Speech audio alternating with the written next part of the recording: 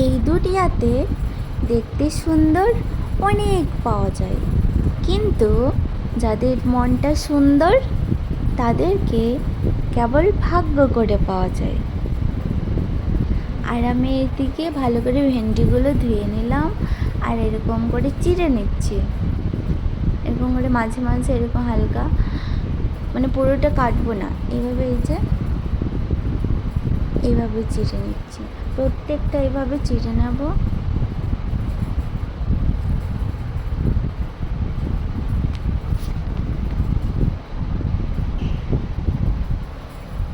এই যে আমার কমপ্লিট হয়ে গেল।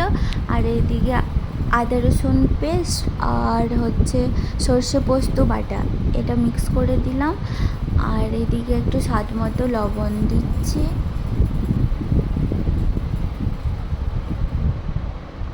আর একটু হলুদ গুঁড়ো দিলাম।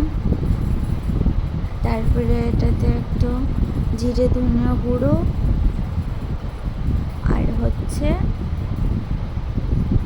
আর শুকনো লঙ্কা একটু দেব, কারণ আদা রসুন পেস্ট বা এই যে পোস্ত পেস্ট করার সময় আমি লঙ্কা একটু দিইনি, তাই আমি ভাবলাম যে এটাই দিয়ে দিই লঙ্কাগুলো।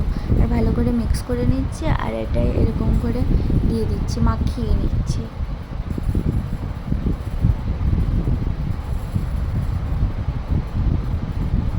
প্রত্যেকটাতে এভাবে মাখিয়ে নেব।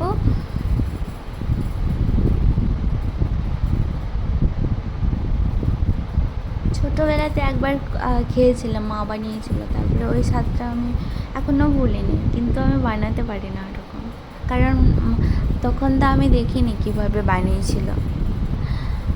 তখন সেই ম্যাগি মশলা এগুলো সব মিক্স করে বানিয়েছিল আলাদা। আর আমার সর্ষের তেল গরম হয়ে গেছে আর এগুলো দিয়ে দিচ্ছি।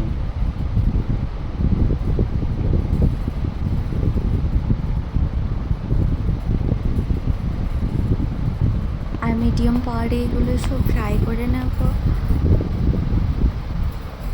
সব কটা দিয়ে দিলাম এক সাইডে। এই ফ্রাই প্যানগুলো না এক সাইডে তেল জমা হয়ে যায়, আর বাকি দিকে অন্যগুলো রান্না করছি তো, তাই এরকম ভাবলাম এটা দিয়ে দেখাই। আর এটা এক সাইডেই তেল থাকে, এই জন্য হয়তো ভালো করে হচ্ছে না, আমার হয়ে যাবে ধীরে ধীরে।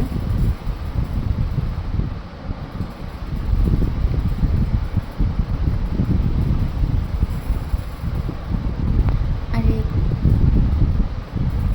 এক সাইডে হচ্ছে বলে এত অসুবিধা, সব কোটাকে টেনে আনতে হচ্ছে। আর ধীরে ধীরে হয়ে গেছে, কমপ্লিট ফ্রাই হয়ে গেছে।